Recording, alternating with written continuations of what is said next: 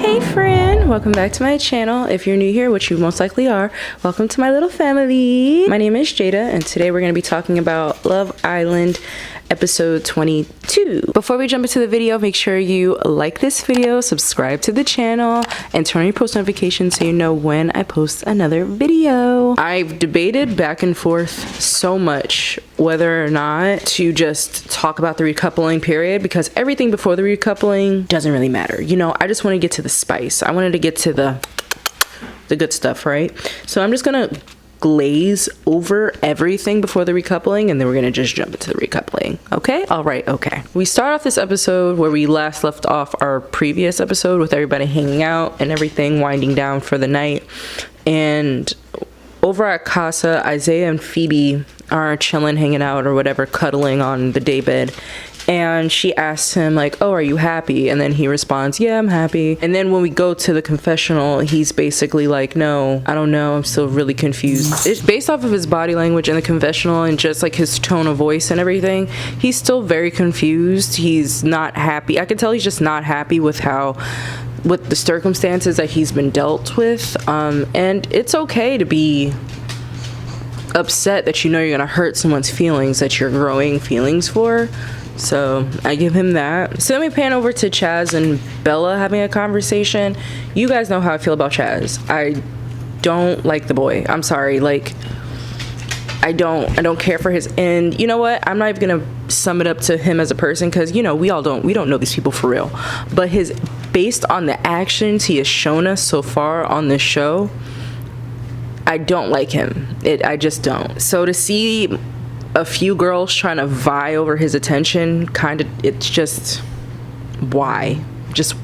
But basically Chaz was telling Bella like, ever since I walked in, I've had my eye on you, but I got attached to Gabby, and you know, because of what I was growing with Gabby, that's why I invited her to go to the hideaway, but I really want to invite you to the hideaway, and all these things. And Bella, see, getting the girls confused already. And Bella basically is falling for all of this. She's like, yeah, I wanted to get to know you too and everything from the beginning and XYZ. Chaz makes his way to ask Bella to sleep in his bed tonight, even though Gabby thinks that they're gonna be sleeping in bed tonight. So now he has to have a conversation with Gabby. He has a conversation with Gabby. She's blindsided. She's surprised. Like, you were telling her all these defining things, like these just indefinite things about like her being the one for you. You're taking her back. You showed her the hideaway, but yet you're changing your mind last second. You entertain this one girl for most of the experience, and now on like the second to last day, or basically the last day in the villa, you change your mind. This is why he doesn't deserve our time. This is why he should just be voted off. Nadja and Nick in the main villa are having a conversation, and they're just still vibing. They still like each other. I like this for her. I can tell that she's, compared to the crying over Isiah and just the standoffishness towards Jeff, or like the reluctantness of trying to get to know Jeff, she actually likes this guy, and it's nice to hear that she says that she's putting her walls down for him. It's cute. It's adorable. But Jeff, our baby Jeff, he is still stuck on this girl. He said he wants to give her 110%. Do we know why? I'm not sure, because if we go back to right before Casa Amor, Jeff and Nadja only connected because Nadja felt threatened from being dumped from the island if she didn't grow this connection with Jeff. So it's not like their connection grew from a genuine place. It grew from a place of fear. So I understand why he's just so attached to her. I just don't get it. He should have, I mean, in my opinion, I feel as though he should have just continued to get to know Tiger Lily, or any of the other Casa girls. Avery. Well, no, not Avery. But any of the other Casa girls. Courtney and Kat are having a conversation, and Kat is basically telling Courtney that she's friend zoning Courtney's connection in Chaz. I don't understand. Like, doesn't Kat know that Courtney and Chad, my gosh, have a connection? So, like, I can understand, yeah, you're trying to let the girl know, like, oh, I'm not pursuing your man no more. Like, I'm over it. I'm done. You can just tell that Courtney doesn't care. Like, Courtney thinks that she's sneaky and a snake and a liar. So yeah, I don't understand what the point of their conversation is. But we also learned that Kat wants to grow her connection with Jared. Did we see this coming? I didn't see this coming. Like, it was cute to see Jared choose Kat in that one challenge to like kiss her, because I think she was in his top 3. So maybe she was getting it based on that. I don't know, but hey. Courtney and Chad are having a conversation, and where this conversation was going, I can't even give you guys a summary of it, because they were talking about jeans and Sesame Street, and then they kissed. But hey, this is their deep connection. This is what they enjoy with each other. So if you like it, I love it. Oh, and I have to say, for you guys out there, I've seen on Twitter shaming Courtney because she's been through a lot of guys. Okay, there's guys that have been on Love Island that have been through a lot of girls, and they haven't been shamed. So why is there a double standard here, babe? Courtney's been very honest about what she's looking for. She's not willing to compromise on what she's looking for. So why are we shaming her for... Just because we think that something's good for her doesn't mean that it's actually good for Courtney, because we're not Courtney. So let's stop shaming the girl. Just support her and her endeavors. We may not understand all of her endeavors, but hey, now she's in a happy coupling for now. So let's just be happy for the girl. Okay. So the next day, the girls and the guys, our main girls and guys, are doing their debrief of everything, and Jesse just has come to the realization that it's gonna be Deb. Like, he wants to fight for Deb. He wants to show Deb that he's a changed person now because of Casa and everything. So I don't know. It's just, to me, it's just a little too late. I don't feel as much sympathy for Jeffy. I don't feel as much sympathy for Jesse as a lot of people do, just because why is it that now, because you're separated from the girl, you finally realize how good she is for you? Why couldn't you realize that when you were in her face? It's taking her for granted. I feel for him. I will say I do feel for him.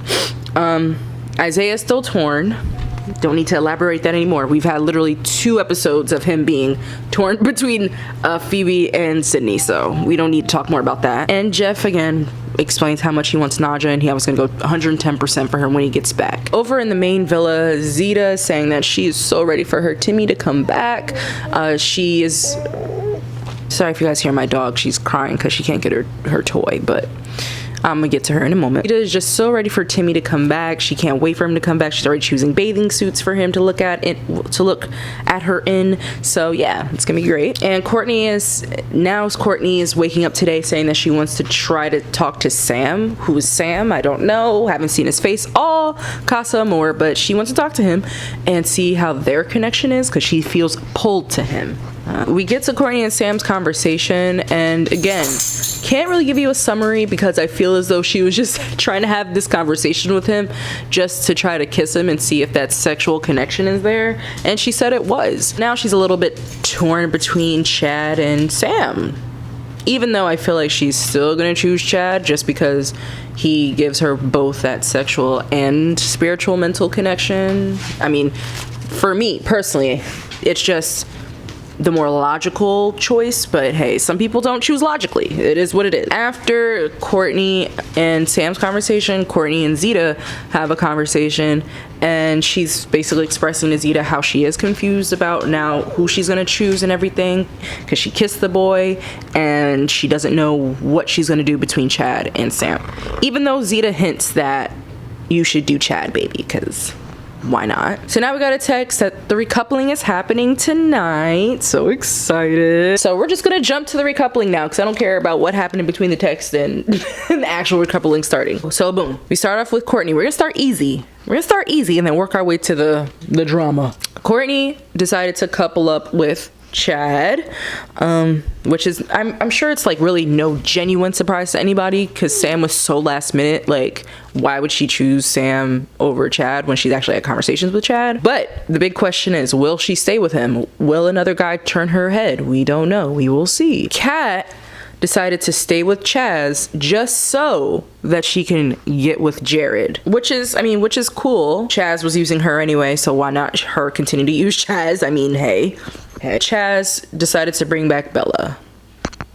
Nobody was really that shocked. So now Kat is single in the villa, which I think is the best situation for her anyway, because it gives her free leeway to get to know Jared. And you know, when Bella came in, she was like, oh yeah, he makes me feel like I'm the only girl in the room. He makes me feel so special. He does this, he does that.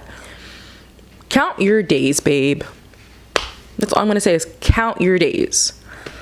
Because this man, he's been through Kat and Serenity. He's given them both such strong hope and faith in their connection, right? And the moment that both of them said or did something he did not like, he was on to the next. He was on to being Mr. Pettyface. He was upset. So be cautious, my love. Be cautious. It's Jared's turn, and Jared comes back with Chauncey. Am I saying her name right? I don't know. Chauncey? I don't know. But anywho, I'll get her name eventually. And I'm not surprised that he chose her. I mean, she was really the only girl that he was actually talking to consistently. So, yeah. Kat obviously looked a little bit sad about that. On to Nadja. Nadja chose Nick. I'm so happy for her to choose Nick. He does make her happy. They make a nice couple together. But when Jeff came back single, which the whole villa was shocked, Jared was over there crying real tears for the man. And Jeff stood on he stood 10 toes down and like, I'm gonna be all right. And I think this was just the wake-up call that he needed. Like, he had to get out of the sunken place with her because she wasn't giving you anything. You can do better. You can do better, Jeff. America roots for you. We are all rooting for you. It's Zeta's turn. And obviously Queen Z decided to stick with her man, Timmy. And Timmy wanted to be funny. He wanted to for real pretend that he brought a girl back. And we saw the disappointment in Zeta's face. She was like, oh shit, he chose another bitch. But no, he was playing around and he chose Zeta, and they were happy, and they had this beautiful passionate kiss and hugged and just were really happy to be back together. Like, and she looked beautiful, by the way. So and he looked good. So I'm just so happy for them. I'm so happy for them. So now it's Deb's turn, and Deb chose Kyle, which half of me is surprised, half of me is not surprised. I'm not surprised because Deb does deserve better, and she recognized that she deserved better, and she's been questioning her connection with Jesse even before Casa Amor. So now for there to be a dude in there that's giving her what she's been asking for, hey.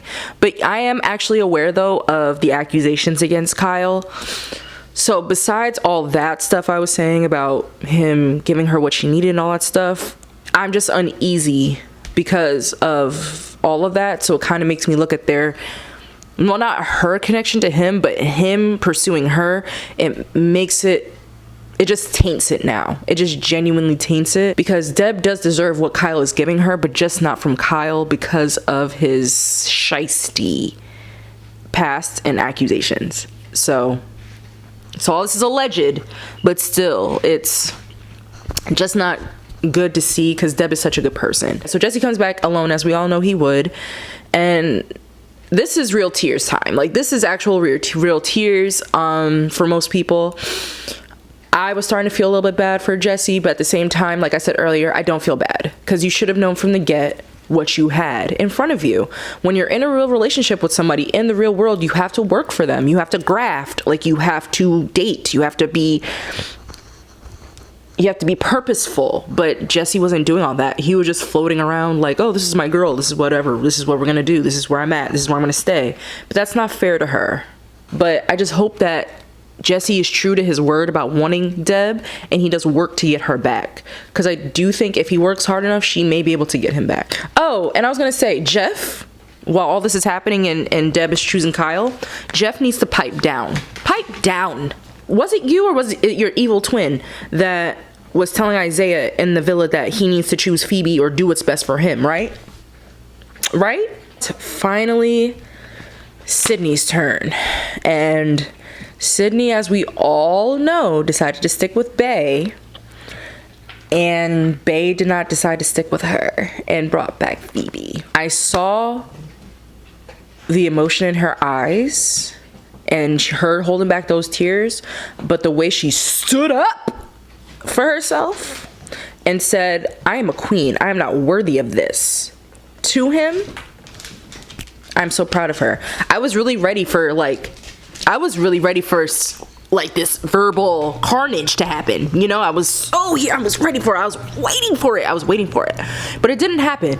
But it's okay, because I rather Sydney stand up for herself, because we've seen her break down and cry over this man for I don't know how many weeks now. And that was just a really great moment to see that she stood 10 toes down and was like, nope, I'm not worthy of this.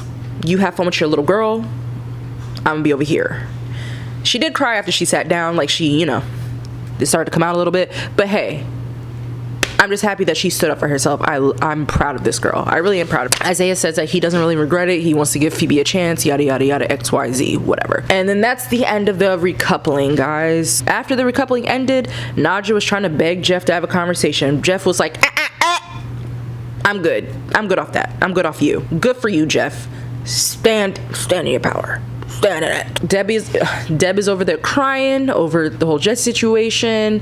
Who else was crying? Sydney was crying over the Isiah situation. Like, it was just a very high emotion, very intense. So I can only imagine how tonight's episode is gonna go. It's either gonna be drama, which I'm hoping it is. I'm hoping. That's all I have for you guys today. Don't forget to like this video, subscribe to the channel, and turn your post notifications on so you know when I post another video. And I will see you guys in the next one.